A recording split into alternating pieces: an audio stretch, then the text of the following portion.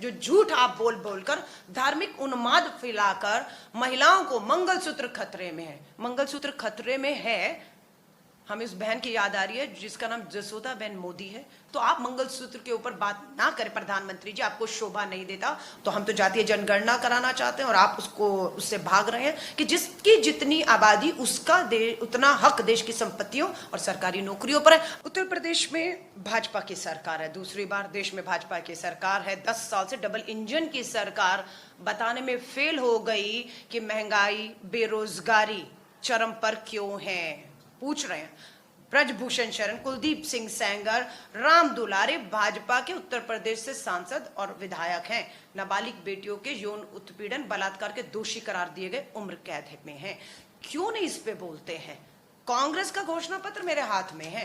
हमारे मल्लिकार्जुन खड़गे साहब कांग्रेस के राष्ट्रीय अध्यक्ष ने, योगी जी सुन लीजिएगा, प्रधानमंत्री जी आप भी, लिखित में समय मांगा है प्रधानमंत्री आपसे कि हम अपने घोषणा पत्र न्याय पत्र की कॉपी लेकर आपके पास आना चाहते हैं। हम इसे सार्वजनिक तौर पर मीडिया और जनता के सामने पढ़ना चाहते हैं ताकि आप हमें बता पाए कि इस घोषणा पत्र में कहां ये सब लिखा है जो झूठ आप बोल बोलकर धार्मिक उन्माद फैलाकर महिलाओं को मंगलसूत्र खतरे में है, मंगलसूत्र खतरे में है। हमें उस बहन की याद आ रही है जिसका नाम जसोदा बहन मोदी है, गुजरात में है। मंगलसूत्र गले में है। कौन है उसका मंगलसूत्र? न्याय मिला, हक मिला, अधिकार मिला, जो उसकी स्थान है उसको मिला, नहीं मिला। तो आप मंगलसूत्र के ऊपर बात ना करें प्रधानमंत्री जी, आपको शोभा नहीं देता। और योगी जी आप तो सन्यासी हैं, आपको क्या मालूम प्रधानमंत्री जी के मंगलसूत्र के बयान का असर देश की महिलाएं कितना उसे बुरी तरीके से ले रही हैं, क्योंकि महंगाई पे बात नहीं कर रहे, मंगलसूत्र पे बात कर रहे हैं आप। तो ये झूठ है, फरेब है। 10 साल में आपकी सरकार थी, आपने ओबीसी, दूसरे हमारे एससी, एसटी, दलित, आदिवासी, आपने उनके लिए क्या किया? आप बताइए। हमने 70 साल पहले क्या किया कांग्रेस ने, हम आएंगे तो क्या करेंगे? उस 70 साल क्या किया उसी पर आपने झूठ बोल बोलकर सत्ता हासिल कर ली। 10 साल से अब सत्ता में, अब फिर 70 साल का झूठ बोलकर वापस सत्ता हासिल करना चाहते हैं तो नहीं मिलेगी आपको। अपने 10 साल की रिपोर्ट कार्ड, बेरोजगारी, महंगाई पर, सरहदों पे मिलती चुनौतियां, चीन घर में घुसकर बैठा हुआ है, हाँ बेटियों के साथ बलात्कार हो रहे हैं, सेना का जवान घायल है, अग्निपथ ठेके की योजनाएं आप ले आए हैं। हमारे घोषणा पत्र में बिल्कुल 1 लाख रुपया हर गरीब परिवार की महिला को सालाना देने की बात है, 8,500 रुपया, 30 लाख सरकारी पक्की नौकरियों पद खालियां भरने की बात है, किसानों को एमएसपी पे कानून देने की बात है, उसका कर्ज माफ करने की बात है, उसके कृषि उपकरणों पर जीएसटी टैक्स मुक्त कर हम करने जा रहे हैं। हम यहाँ पर श्रमिकों की बात कर रहे हैं कि गरीब मजदूर को जो है 400 रुपया दिहाड़ी मिले। ये हमारे न्याय पत्र में भागीदारी करवाएंगे हम जातीय जनगणना, ताकि इस देश की संपत्तियों पर अधिकार उनका है जिसकी जितनी आबादी, और स्वाभाविक है हिंदुओं की आबादी सबसे अधिक है तो उनका हक स्वाभाविक है बनेगा सबसे अधिक।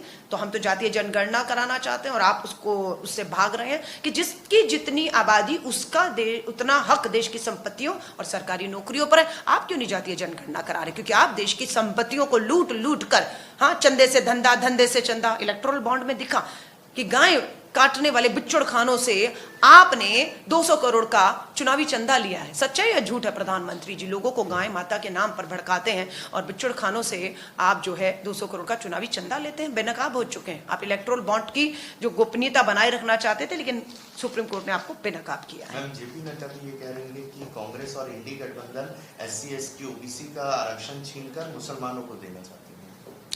नहीं, 70 साल में हम चाहते तो दे सकते थे या नहीं दे सकते थे? पूछिए। अब डरा रहे हैं कांग्रेस आई तो हिंदुओं का हक मुसलमानों को छीन के दे देंगे। और दुर्भाग्यपूर्ण है कि देश के प्रधानमंत्री मंच पे खड़े होकर मुसलमान एक धर्म का नाम लेकर उन्हें घुसपैठिया बताकर, बच्चे पैदा करने वाले बताकर, महिलाओं के मंगलसूत्र को उससे खतरा बता रहे हैं। ये दुर्भाग्य है प्रधानमंत्री जी, ये बहुत ही दुर्भाग्यपूर्ण बात है। ये आपकी हार की हताशा है कि आप इस तरह के निम्न स्तर के बयान दे रहे हैं। हम इंडिया अलायंस है, आप एनडी नेशनल दंगा अलायंस है। मणिपुर जल रहा है, एक ही राज्य के अंदर 2 समुदाय आपकी डबल इंजन की सरकार के तहत आपस में मार काट हो रही है। और 8 महीने से प्रधानमंत्री जी हिम्मत क्यों नहीं हो रही? जाइए ना वहां पर, कश्मीर में कश्मीरी पंडितों को हक देंगे, 370 पे वोट छत्तीसगढ़ में मांगा जा रहा है। और सच्चाई है कि जम्मू कश्मीर में अपना उम्मीदवार उतारने की हिम्मत नहीं दिखा पा रहे।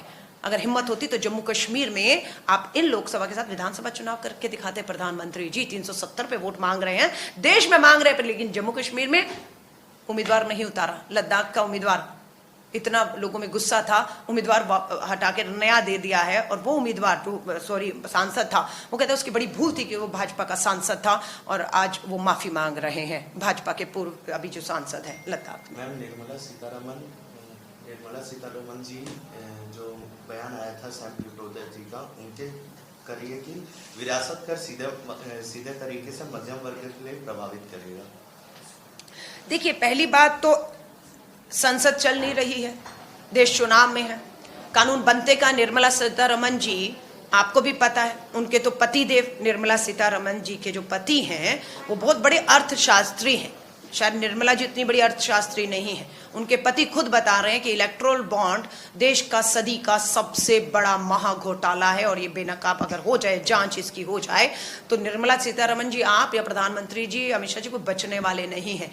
इसलिए आप अमेरिका में बैठे एक एनआरआई के बयान के ऊपर चाहते हैं कि 140 करोड़ का चुनाव का मुद्दा बन जाए और आपको वोट मिल जाए। ये होने वाला नहीं है।